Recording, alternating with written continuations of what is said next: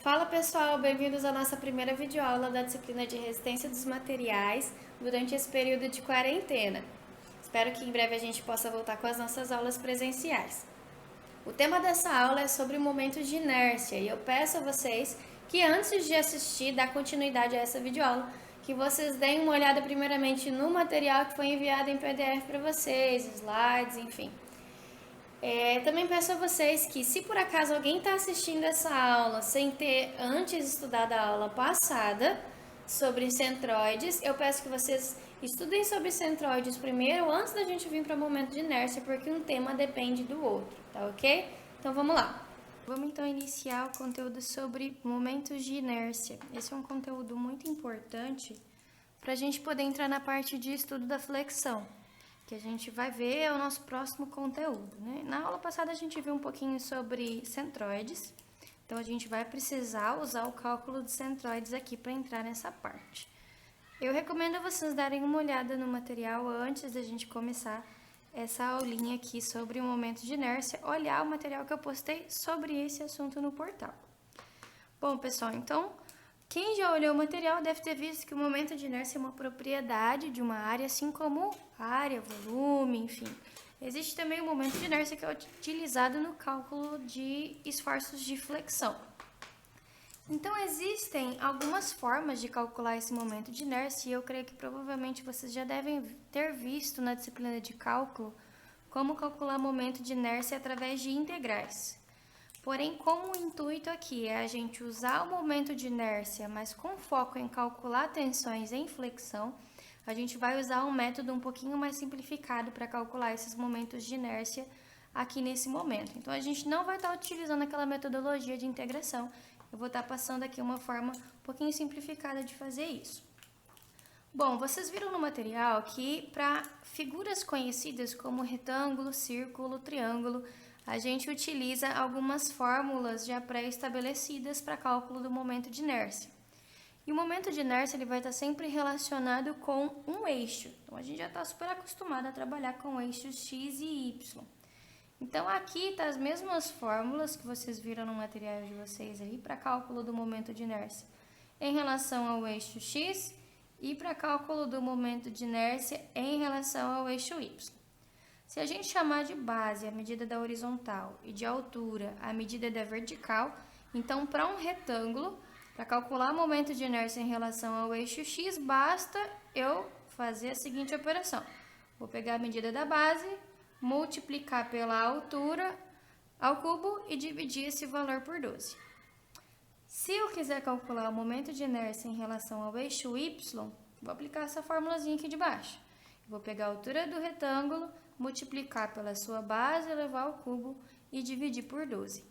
Então, vamos supor um exemplo numérico. Se a gente tiver um retângulozinho, e esse retângulo ele for maciço, não tiver nenhum furo, e ele tiver uma base de 20 centímetros e uma altura de 30 centímetros, se eu quiser calcular o momento de inércia em relação ao eixo x, ou seja, o eixo da horizontal, eu vou calcular fazendo base vezes a altura ao cubo dividido por 12, ou seja, 20 vezes 30 ao cubo dividido por 12, visto que essa é a base e essa é a altura. Portanto, o momento de inércia em relação ao eixo x vai dar, então, 45.000, ou 45 vezes 10 ao cubo, centímetros a quarta, né? Porque aqui eu tenho centímetro multiplicado por centímetro ao cubo, né? Então, eu fico com a unidade de centímetro a quarta. Mas por que centímetro? Porque as unidades aqui, ó, do meu retângulo estão em centímetros.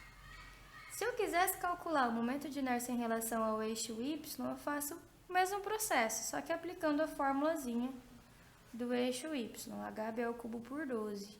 Então, ficaria 30 vezes 20 ao cubo dividido por 12. 20.000 centímetros a quarta. Isso para uma seção transversal maciça. Se eu tiver, por exemplo, uma seção transversal que ela é retangular e ela tem um furo aqui no meio, ela é vazada. Como é que eu faço esse cálculo? a gente pode calcular o momento de inércia do retângulo maciço e subtrair o momento de inércia do retângulo vazado.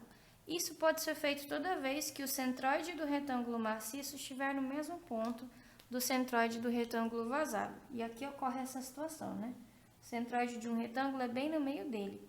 Então, o centroide do retângulo de fora está aqui e o centroide do retângulo de dentro está aqui também.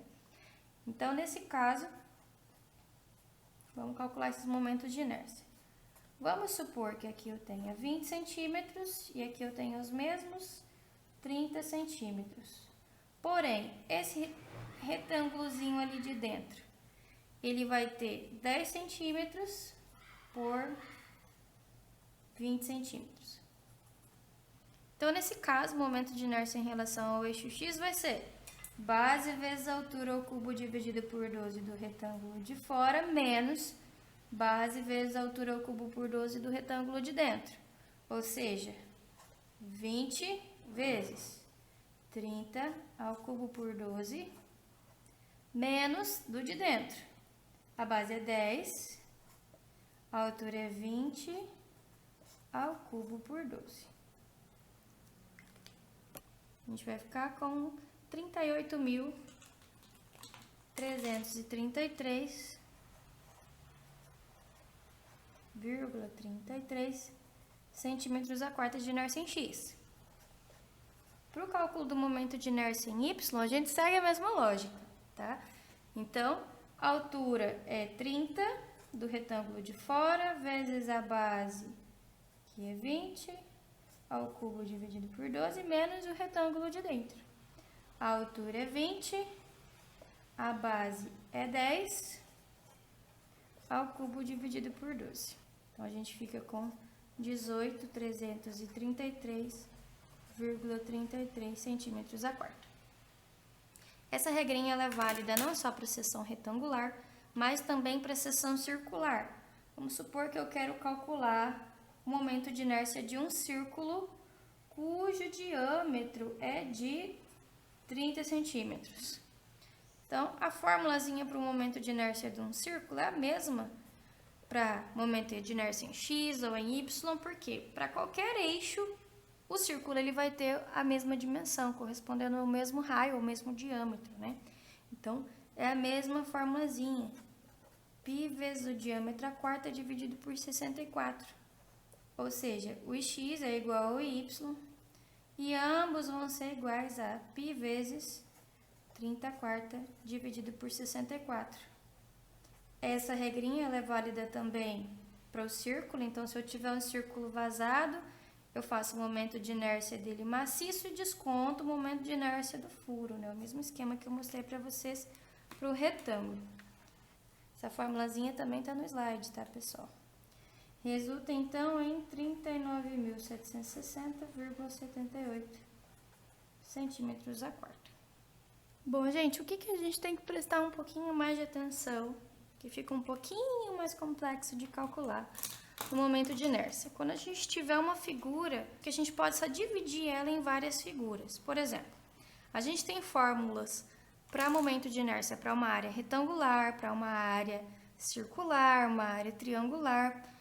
Porém, uma área com um formato desse aqui pode estar representando, por exemplo, uma viga com seção transversal em formato de T, que é bem utilizada, por exemplo, na construção de pontes ou grandes estruturas. Nesse caso, se eu precisar fazer o cálculo dos esforços de flexão em uma viga com esse tipo de seção transversal, eu vou precisar calcular o momento de inércia dela. E aí ela não entra em nenhuma daquelas formulazinhas que eu mostrei para vocês no slide.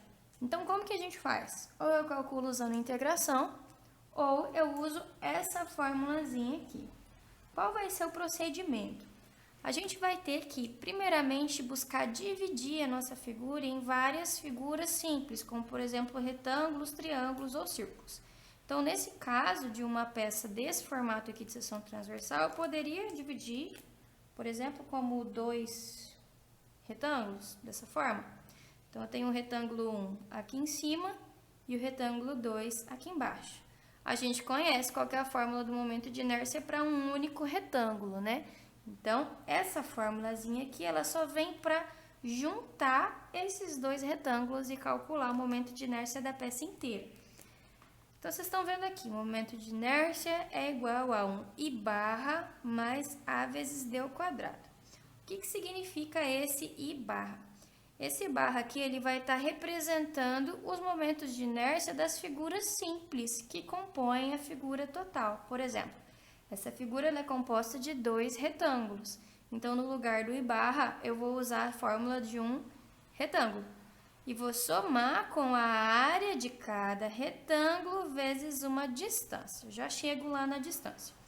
Então, se eu quero calcular o momento de inércia em relação a x, no lugar de barra, eu vou substituir a fórmula do ix. Então, fica dessa forma. Mais a área vezes uma distância y.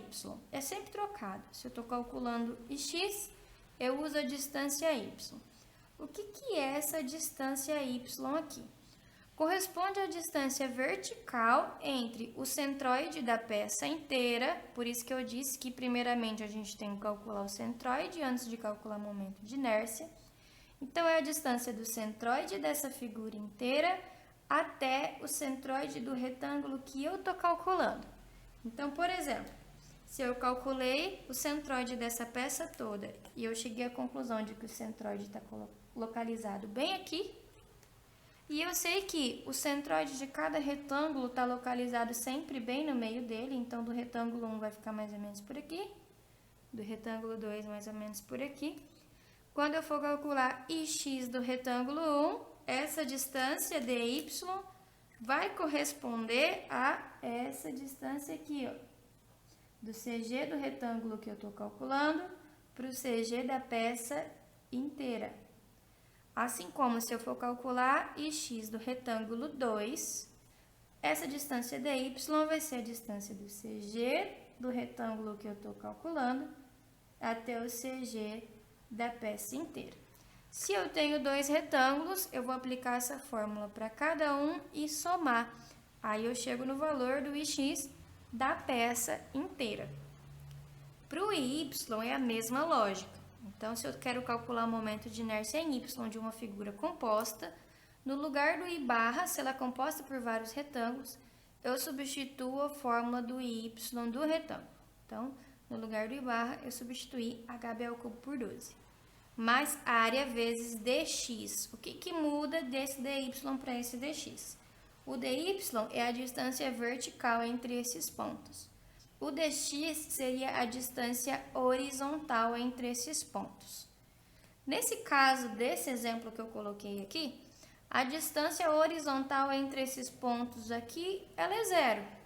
No entanto, se eu tiver uma peça cujo centroide do retângulo que eu estou calculando está aqui, e o centroide da figura toda estiver aqui, eu vou ter, então, essa distância dx e essa distância dy para aplicar nas fórmulas.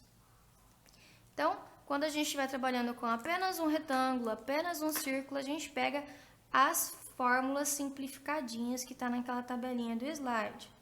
Se a gente for trabalhar com áreas compostas de vários retângulos ou que tenha a presença de algum círculo ou triângulo, a gente vai precisar trabalhar com essas fórmulas aqui. Então, vamos resolver um primeiro exemplo. Localizar o centroide e calcular os momentos de inércia em relação aos eixos x e y das figuras abaixo.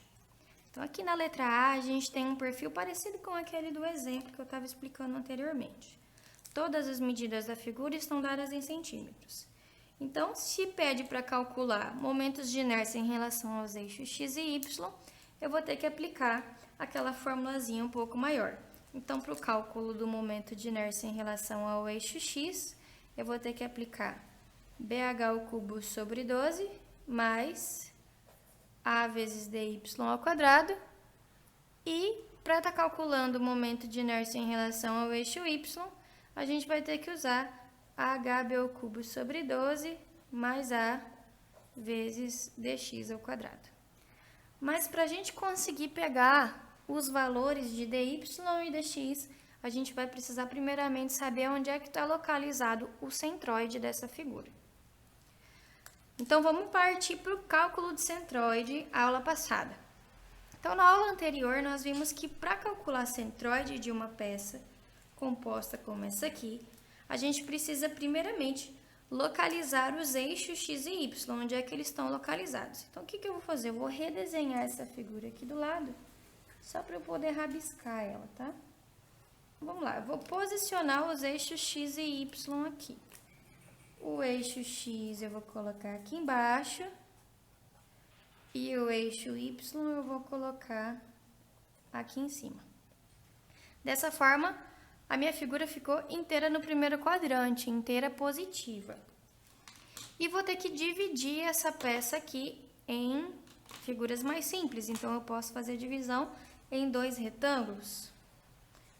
Esse retângulo e esse retângulo aqui. Retângulo 1 e esse aqui eu vou chamar de retângulo 2. A gente sabe que um centroide de um retângulo é sempre localizado bem no meio dele. Então, aqui, o centroide do retângulo 1 está bem no meio. Centroide do retângulo 2 também está bem no meio dele. E aí a gente monta uma tabelinha. Essa tabelinha ela vai ser composta primeiramente com a identificação da peça, coordenada x, coordenada y, área. Aqui eu tenho a vezes x e a vezes y. Então, vamos lá. Para a gente calcular esse centroide, coordenada x do CG vai ser igual a somatória de a vezes x dividido pela somatória da área. E a coordenada y do CG é igual a somatória de a vezes y dividido pela somatória da área. Então, eu preciso saber coordenadas x, y, área, multiplicar um pelo outro e fazer as somatórias para poder aplicar aqui na forma. Nessa nossa peça, a gente tem duas peças. Eu dei nome para elas de 1 e 2. Então, aqui eu tenho peça 1 e peça 2.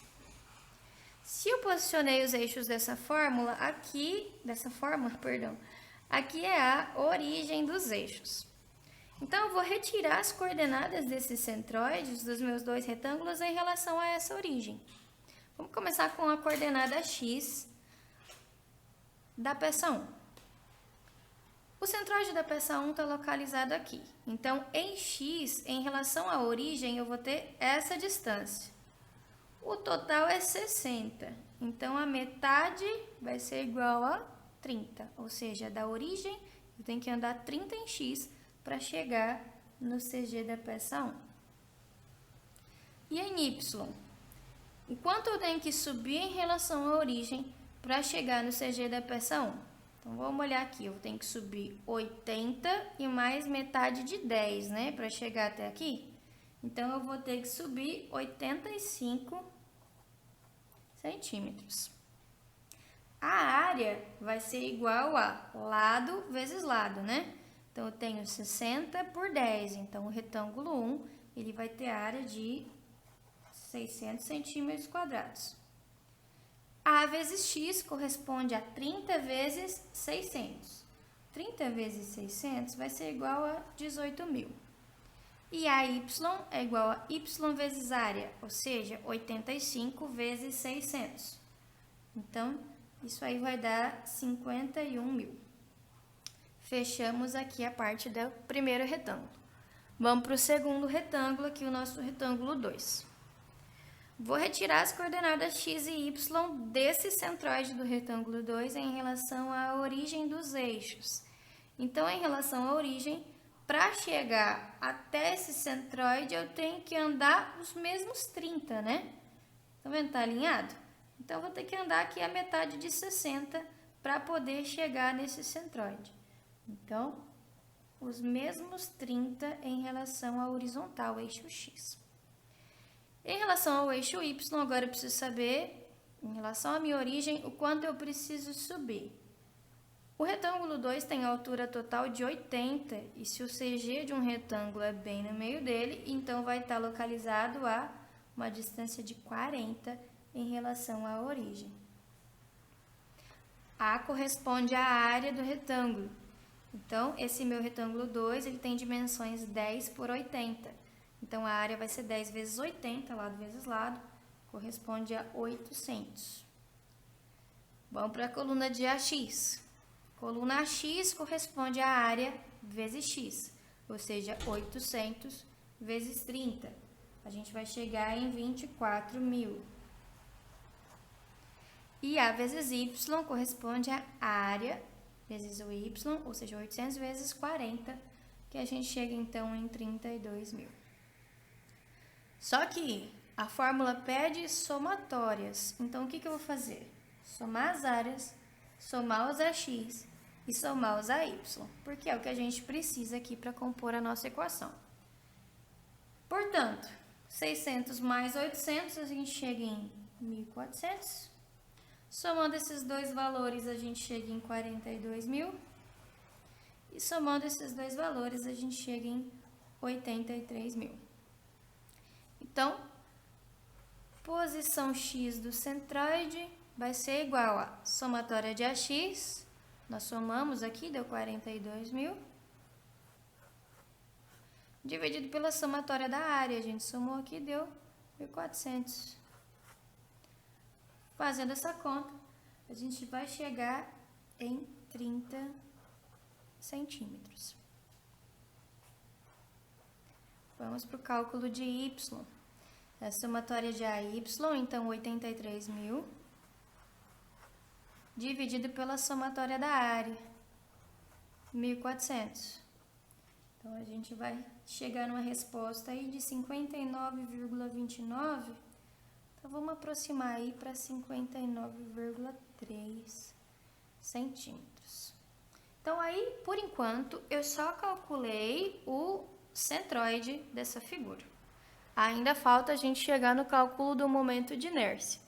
Então, o que eu vou fazer agora é posicionar o centroide dessa figura aqui. Ele está localizado em 30 em relação ao eixo X, ou seja, o 30 vai estar bem aqui alinhado com esses dois centroides aqui, né, da figura 1 e 2, então, bem na metade dos meus 60 ali, ó. Então, aqui vai estar localizado, né, em 30 para a esquerda, 30 para a direita em relação ao eixo X. Em relação ao eixo Y, se a minha origem está aqui, eu tenho que subir 59,3 centímetros. Então, vai dar mais ou menos por aqui. Eu vou localizar aqui nessa figura. Ficou muito para cima, né? Mas dá para entender. Então, essa distância aqui, ela é de 59,3. Se é 59,3 e o total aqui é 90, vai ficar faltando, então, 30,7 ali para cima. Feito isso, localizei o centroide. A gente pode ir para o cálculo dos momentos de inércia. Vamos aplicar essas duas formulazinhas aqui. Então, fecha a caixinha aqui do CG, tá? Eu vou agora usar essa figura aqui como referência, que essa aqui já está muito riscada, né? Vou usar essa aqui para a gente calcular o momento de inércia. Então, aqui está o CG da figura, localizado em vermelho. Eu preciso dividir essa figura em figura simples, então eu vou dividir em dois retângulos. Vou chamar esse aqui de retângulo 1 e esse aqui de retângulo 2, igual a gente fez antes. E vou posicionar o centroide do retângulo 1 bem no meio dele aqui. E o centroide do retângulo 2 também bem no meio dele aqui. Vamos então começar com o momento de inércia em relação ao eixo X. Eu tenho dois retângulos, então eu tenho que aplicar essa fórmula para cada um deles e somar. Então, eu vou colocar entre parênteses só para deixar separado onde começa e termina o retângulo 1, onde começa e termina o retângulo 2. Bom, então, retângulo 1. A base do retângulo 1 é igual a 60. Vezes a altura do retângulo 1 é 10, ao cubo por 12. Então, aqui, ao cubo por 12. Mais a área. A área do retângulo 1 é lado vezes lado, né? Então, 60 vezes 10, 600. Vezes uma distância dy. Essa distância dy corresponde à distância vertical entre o CG do retângulo que eu estou calculando, que é o retângulo 1, até o CG da peça inteira, aqui em vermelho, que a gente acabou de calcular. Então, eu quero saber a distância vertical entre esses dois pontos aqui. Pensa comigo. Se daqui até lá em cima é 30,7 e daqui até em cima é a metade de 10, ou seja, 5, então o que sobra aqui corresponde a 30,7 menos o 5 que tem lá em cima. Então, 30,7 menos 5 vai ficar 25,7. E a fórmula ainda pede para elevar isso aí ao quadrado. Então, fechou do retângulo 1. Vou somar agora a contribuição do meu retângulo 2 aqui de baixo.